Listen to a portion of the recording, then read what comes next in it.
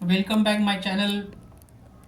Advocate Narendra Madhav आप सभी का स्वागत है। दोस्तों, जैसे हम देख रहे हैं कि पिछले पार्ट से हम फेक डिजिटल अरेस्ट के बारे में बात कर रहे हैं। क्या होता है फेक डिजिटल अरेस्ट, उसके प्रावधान क्या होते हैं, ये विस्तार से हम पिछले 2-3 पार्ट में देख चुके हैं। आज के पार्ट में हम इसकी कानूनी दायरे क्या है, भारतीय कानून में इसके कोई प्रोविजन है क्या, why what Indian law actually says, actually भारतीय कानून क्या कहता है, इसके बारे में आज बात करने वाले हैं। जैसे मैं पहले से ही बता चुका हूँ कि भारतीय न्याय व्यवस्था में डिजिटल अरेस्ट या रिमोट अरेस्ट का कोई प्रावधान या फिर कोई वैसा प्रोविजन तो है ही नहीं है। अगर भारतीय पुलिस को अरेस्ट करना है तो डायरेक्ट जाके अरेस्ट करते हैं, लॉकअप में डालते हैं और फिर उसके पास इंक्वायरी इन्वेस्टिगेशन करती है।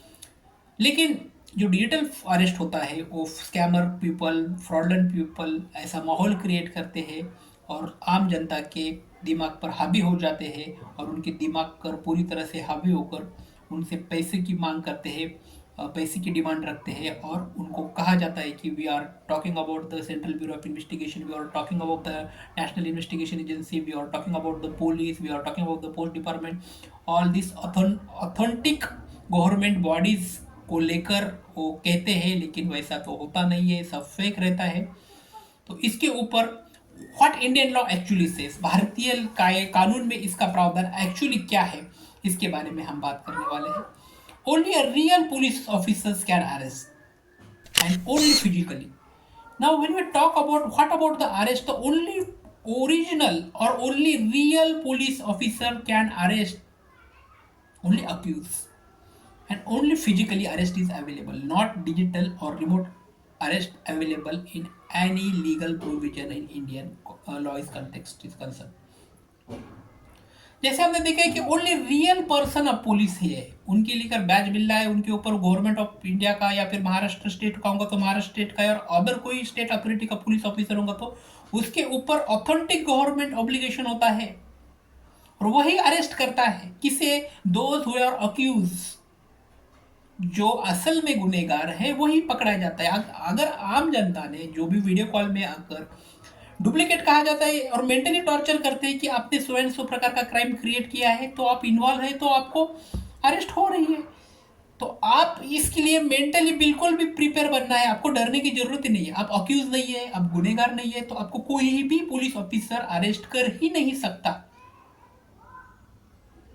अगर करने की है तो जैसे मैंने पहले आपने एक वीडियो में बता चुका हूँ कि इंडियन लॉ अरेस्ट के बहुत सारे कानून के प्रोविजन रहते हैं कि बेलेबल ऑफेंस हो, नॉन बेलेबल ऑफेंस हो, उसके तहत किस तरह से अरेस्ट करते हैं, किस तरह से अरेस्ट होती है, इसके बारे में विस्तार से बात कर चुके हैं और आने वाले आगे के वीडियो में भी हम इससे बारे में विस्तार से बात करेंगे। लेकिन डिजिटली अरेस्ट जो होते हैं वो ऑथेंटिक पर्सन तो करता ही नहीं है। Authentic government authority police officer is never do this particular thing. Only fake person, fake police officer, fake involved authority do this nuisance, do this nonsense working. Okay, तो बिल्कुल डरने की जरूरत नहीं है। अब आप कुछ इंडियन कानून की दायरे देखेंगे, under which provision exactly arrest will be mentions.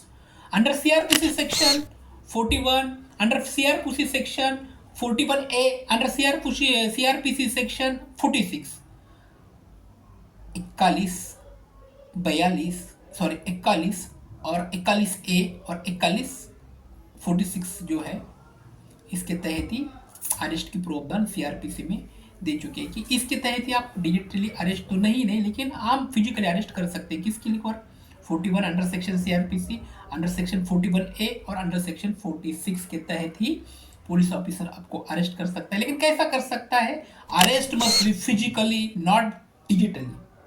Arrest must be, please understand this particular point, arrest must be physically, not digitally. Second point is that arrest must be support by legal grounds, arrest must be support by legal grounds। आपको पहले कहा जाएगा कि ये bailable है तो इसकी उसके ऊपर अरेस्ट नहीं हो जाएगा डायरेक्टली, कॉग्निजेंस होना पड़ेगा, बेलेबल ऑफेंस को कोर्ट की तरफ से नोटिस इशू, समन्स इशू करने पड़ेंगे। नॉन बेलेबल ऑफेंस है तो ही पुलिस ऑफिसर आपको अरेस्ट कर सकते हैं, लेकिन उसके पहले उसके कॉग्निजेंस कैसा है वो देखना पड़ता है। तो arrest must be supported by legal ground. इसके तहत कोई भी लीगल ग्राउंड नहीं है फेक डिजिटल अरेस्ट का, तो बिल्कुल घबराने की या पैनिक होने की जरूरत आपको नहीं है। Arrest must be follow proper procedure, no Indian law authorities digital और रिमोट अरेस्ट। मैंने पहले भी कहा है कि arrest must be follow proper procedure. You know that when we go to the CrPC, arrest give the most important aspect of the arrest given in the section 41, 41A and 46। जो 41A, 41 और 46 का under section में arrest किस तरह से किया जाता है। अरेस्ट करने के बाद विद इन 24 आवर आपको जो नज़दीक का जो न्यायालय है, नज़दीक का जो जेबीसी कोर्ट है, कौन सा भी कोर्ट है, वहाँ पर जाके आपको ऑन मजिस्ट्रेट के सामने आपको प्रेजेंट करना ही करना है पुलिस ऑफिसर को। ये उनकी ड्यूटी होती है। With in 24 hours you must be produce before the nearest magistrate.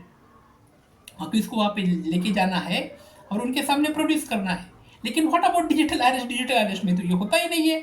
आम जनता को ये कानूनी दायरे मालूम नहीं रहते हैं, इस वजह से वो चपेट में आने के हैं। और Indian laws authorities digitally arrest और remote arrest never mention in any other book. Indian context में डिजिटली और लीगल अरेस्ट का कोई भी प्रावधान नहीं। हाँ, सुप्रीम कोर्ट के कुछ जजमेंट आ रह चुके हैं, उसके साथ साथ सुप्रीम कोर्ट ने इसके ऊपर बहुत संज्ञान लिया है, तो इसके बारे में सुप्रीम कोर्ट ने अपडेट जजमेंट दिए हैं। लेकिन apart from that CrPC, CPC, IPC में इसके कोई एग्जैक्टली प्रोविजन मिलते नहीं है। और कोई आपको ईच ग्राउंड की तरफ से कोई अगर पुलिस अथॉरिटी कर फेक डिजिटल अरेस्ट की बात कर रहा होगा तो आपको उसको रोकना ही पड़ेगा। तो गाइस, आज हम यहाँ पे रुकेंगे। आपको वीडियो अच्छा लगा होगा तो लाइक करो, सपोर्ट करो, लाइक करो और सब्सक्राइब करो। आने वाले पार्ट में हम इसका नेक्स्ट पार्ट देखेंगे कि ऑफिशियल वार्निंग ऑन अथॉरिटीज़ क्या क्या होती है डिजिटल अरेस्ट के बारे में, कि जो रिलेटेड जो गवर्नमेंट अथॉरिटीज़ है जैसे कि पुलिस है, साइबर सेल है, ये किस तरह से वार्निंग आप लोगों को देते हैं कि इससे बचे। ये हम आने वाले पार्ट में देखेंगे। Thank you for watching this video. Thank you so much.